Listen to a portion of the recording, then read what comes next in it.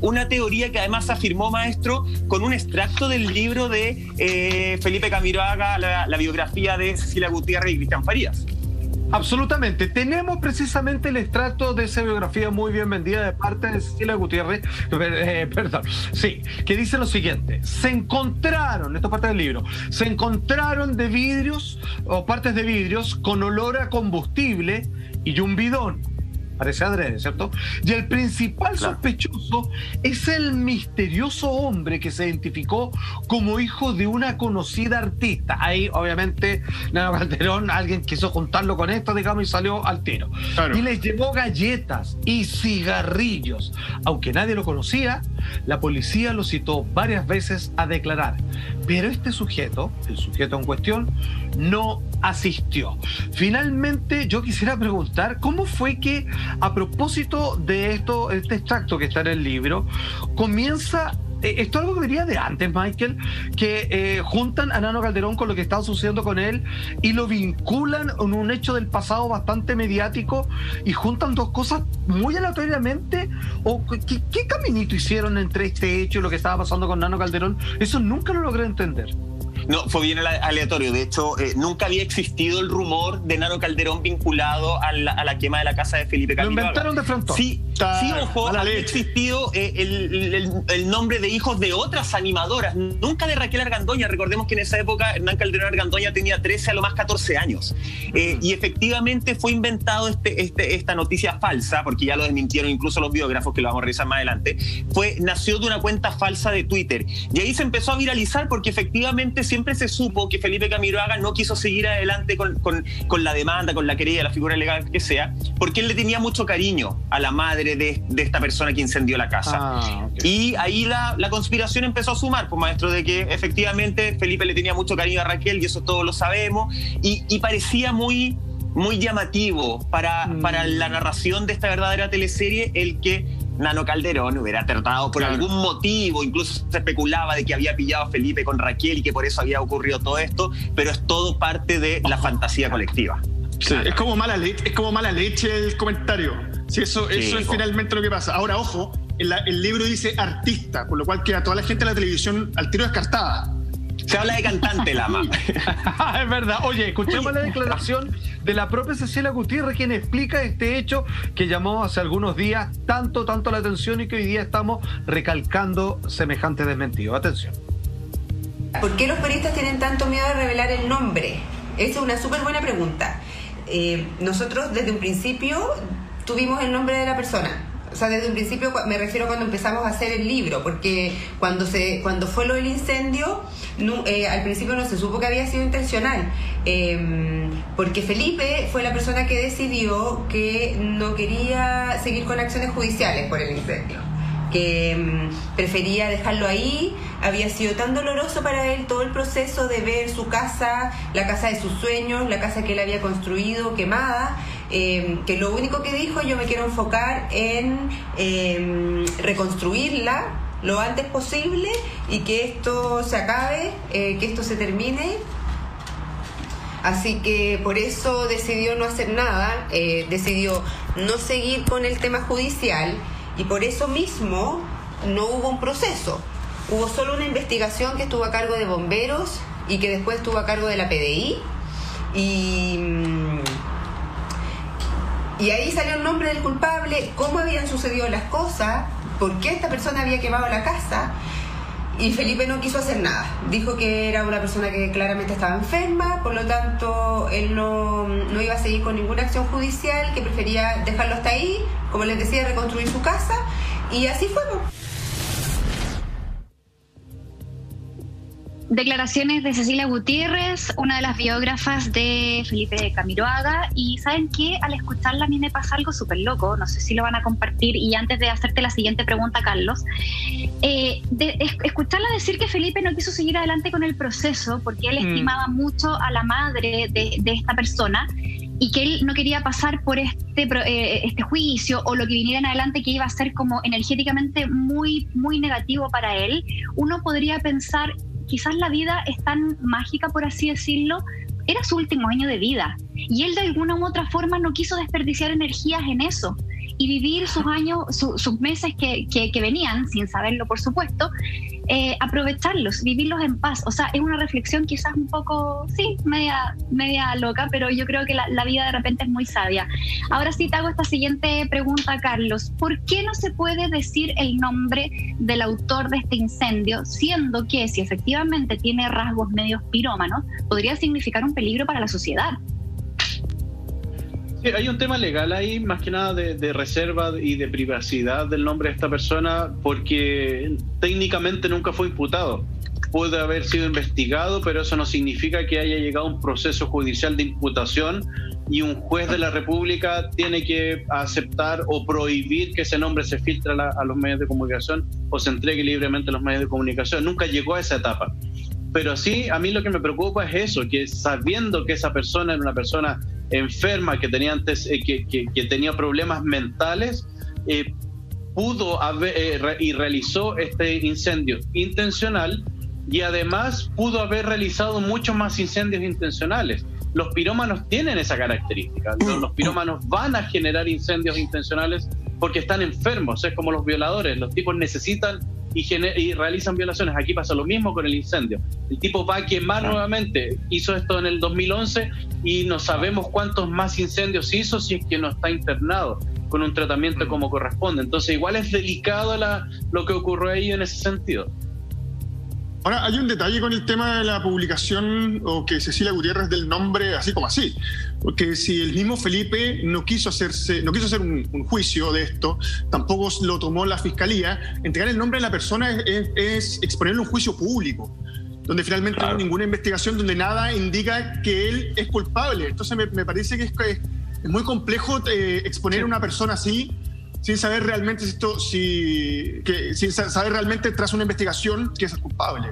Y respetando también un poco lo que Felipe Camiroaga lo que Felipe quería finalmente, que era no generarle un mal rato a esta mamá ni a su hijo, que ya tenía además antecedentes psiquiátricos. Cecilia Gutiérrez habló más en este live que hizo justamente hace una semana, el viernes pasado, y aquí da más antecedentes de cómo empezaron a descubrir, cómo descubrieron que esta persona era quien había llevado a cabo el incendio en febrero del 2011.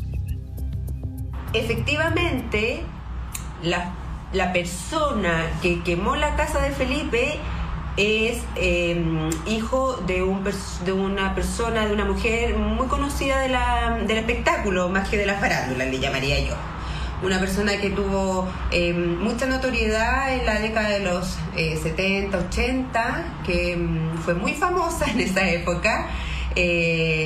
Entonces, claro, pues la gente empezó a unir cabos y a decir, hoy, a raíz de un tuit que apareció, que no sé quién es porque es anónimo, que dice que tenía antecedentes de que había sido Nano Calderón el que había quemado la casa de Felipe.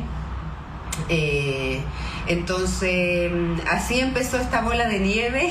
Ya, esta persona no es Nano Calderón, efectivamente. Él no es la persona que fue sindicada como la responsable de quemar la casa de Felipe, ¿ya? Por lo tanto, lo que dice Twitter no es real. Además, si ustedes ven y hacen como coincide la fecha, el incendio fue a principios de 2011, él tendría 13 años en esa época. Lo que se desprende de la palabra de Cecilia Gutiérrez es que, junto con explicar y recalcar, decir, por favor, no metan a Nano Calderón en esto, que nada, por ningún motivo, tiene que ver con el incendio en la casa de Felipe, es que ella da a entender que sí sabe quién es. Eso no deja ningún lugar a la duda. Claro. Y viene esta pregunta, Carlos. O sea, frente a un hecho, un siniestro tan bullado y que es peligroso, y venimos hablando sobre, ojo, hay un pirómano por ahí dando vueltas, a menos que esté internado y no lo sabemos, porque no podemos decir el nombre, ¿no debiese esto, por el solo hecho de una declaración de una importante periodista de espectáculos como ella, de abrir una investigación como corresponde, avalada o no por los familiares que dejó Felipe Camiroaga? ¿Debiera esto reimpulsar, así como en algún momento se abrió el caso de Gervasio y todo lo demás, de que esto necesariamente por oficio tenga que investigarse y hacerse algo al respecto? Sí, a mí me parece extraño, desconozco los antecedentes del caso en sí, la carpeta investigativa, pero por solo el hecho de haber ocurrido un incendio, eso se tiene que investigar por el Ministerio Público. El Ministerio Público de oficio tiene que investigar ese incendio propiamente tal, independiente si la víctima quiera o no. Y yo creo que así lo hizo porque por algo hay un informe de bomberos y hay un informe de la PDI. El problema es qué es lo que ocurre después, porque y vamos a traspolarlo al mismo caso de Hernán Calderón. ¿Qué pasa si el padre desiste de todas las denuncias que interpuso ahora? Igual se tiene que llegar a juicio, y en el juicio a lo mejor él puede decir otra cosa, me caí, me tropecé y no hay, mi hijo nunca me agredió, y hasta ahí va a llegar al juicio. Aquí debería haber pasado lo mismo. La fiscalía debería haber continuado con el proceso investigativo. Si es que todo el mundo, en este caso la periodista y mucha gente, sabe el nombre de la persona que cometió este incendio intencional, no es un incendio accidental, sino que es intencional, de acuerdo a los informes de la Policía de Investigaciones y de Bomberos, sí, y continuar con esta investigación y llegar hasta el final con ello, porque tal como lo dijiste anteriormente, con eso a lo mejor el juez puede decir, ok, esta persona está interdicta, tiene un problema psiquiátrico, realmente no puede convivir con la sociedad, tiene que pasar el resto de su vida internados, y eso puede ser una condena perfectamente, pero a lo mejor tenemos un pirómano dando vueltas y no sabemos qué está ocurriendo. Es muy delicado. Ay. Ojalá que por lo menos, no sabemos, a lo mejor queda la esperanza de que hayan llegado a algún acuerdo interno, Carlos, tal vez, y que el Felipe le haya dicho, ya sabes que no voy a hacer nada, pero que haga algún tipo de tratamiento. No lo sabemos, es parte de justamente lo que nos gustaría que hubiera sucedido por lo menos. Estamos hablando del incendio en la casa de Felipe Camiroaga, que esto fue en la madrugada de febrero del año 2011, que yo les recuerdo, chiquillos, que Felipe no estaba en la casa esa madrugada. De hecho, él iba... Pocas veces dormía en su casa, pero esa noche él quería dormir ahí, pero justo hubo un apagón de luz, entonces le dijo, ya, mejor me voy al departamento que tengo en el W. Y él después, con el tiempo, contó en distintas entrevistas que fueron vecinos los que lo llamaron al otro día en la madrugada para decirle, Felipe, tu casa se está quemando, y que él de verdad no podía creer al principio de lo que estaba sucediendo en una casa que estaba llena de recuerdos. De hecho, vamos a revisar un titular que habla justamente de mol.com, estamos hablando del año 2011, este titular que dice, Felipe Camiroaga se quiebra tras incendio en su casa, había muchos recuerdos. ¿Y saben qué? ¿Cómo fue una forma de la que pillaron a esta persona, a este hombre que hoy día tendría unos 30 años aproximadamente, que había quemado la casa de Felipe Camiroaga? Porque él en la mañana fue a ayudar de alguna forma a llevarles café, llevar comidita, galletitas, pero él no era el círculo cercano de Felipe Camiroaga, no era amigo, no era vecino del sector. Y todo esto lo cuenta muy bien en la biografía Cecilia Gutiérrez, Cristian Farías, pero además hay otro antecedente que salió ese año, el 2011, que lo llevó La Cuarta, me acuerdo, que decía que todos los cercanos a Felipe le preguntaron a este tipo así como, oye, pero tú, ¿por qué estás acá? ¿Qué sé yo? Y él dice, no, bueno, ¿cómo te enteraste? Y él dice, no, me enteré por la tele. Y uno podría decir, bueno, cualquier fanático de Felipe Camiroaga efectivamente ese día habría querido ir a ayudar, pero el tema es que él llegó antes que la televisión al lugar de los hechos. Bueno. Y ahí le generó efectivamente toda la duda. ¿Cómo te enteras por la tele si la tele todavía no llegó cuando tú ya estabas acá? Y ahí se empieza a hacer la investigación, se empieza a rastrear que su auto no solamente había estado esa mañana, sino que también en la noche. Y se llega a este nombre que, por lo que dice Cecilia, existió una investigación. Claro, no sé hasta qué puerto, como decían ustedes, habrá llegado esa investigación. Bueno, sin duda que es un hecho que a uno la deja sin palabras. Yo de verdad cada vez que hablamos de este tema o nos enteramos de nuevos antecedentes, hay muchas cosas que no logran calzar. De hecho, hay una cuña que da Felipe Camiroaga al programa Intrusos en el año 2011, donde él habla que efectivamente esta casa que él construyó a pulso, donde además él tenía sus animales, donde tenía sus recuerdos, donde era su refugio más sagrado y más importante. Pasemos a revisar esas declaraciones. Que fue un accidente que se tendrá que investigar. Mis amigos, la gente más cercana saben que esta siempre fue mi casa de mis sueños, mi refugio, pero nos vamos a poner de pie y se va a reconstruir. Ahí, bueno, se notan las primeras declaraciones de Felipe Camiroaga, obviamente todavía sin saber un poco lo que había ocurrido, entendiendo que había pasado un accidente. Ahora, Carlos, me gustaría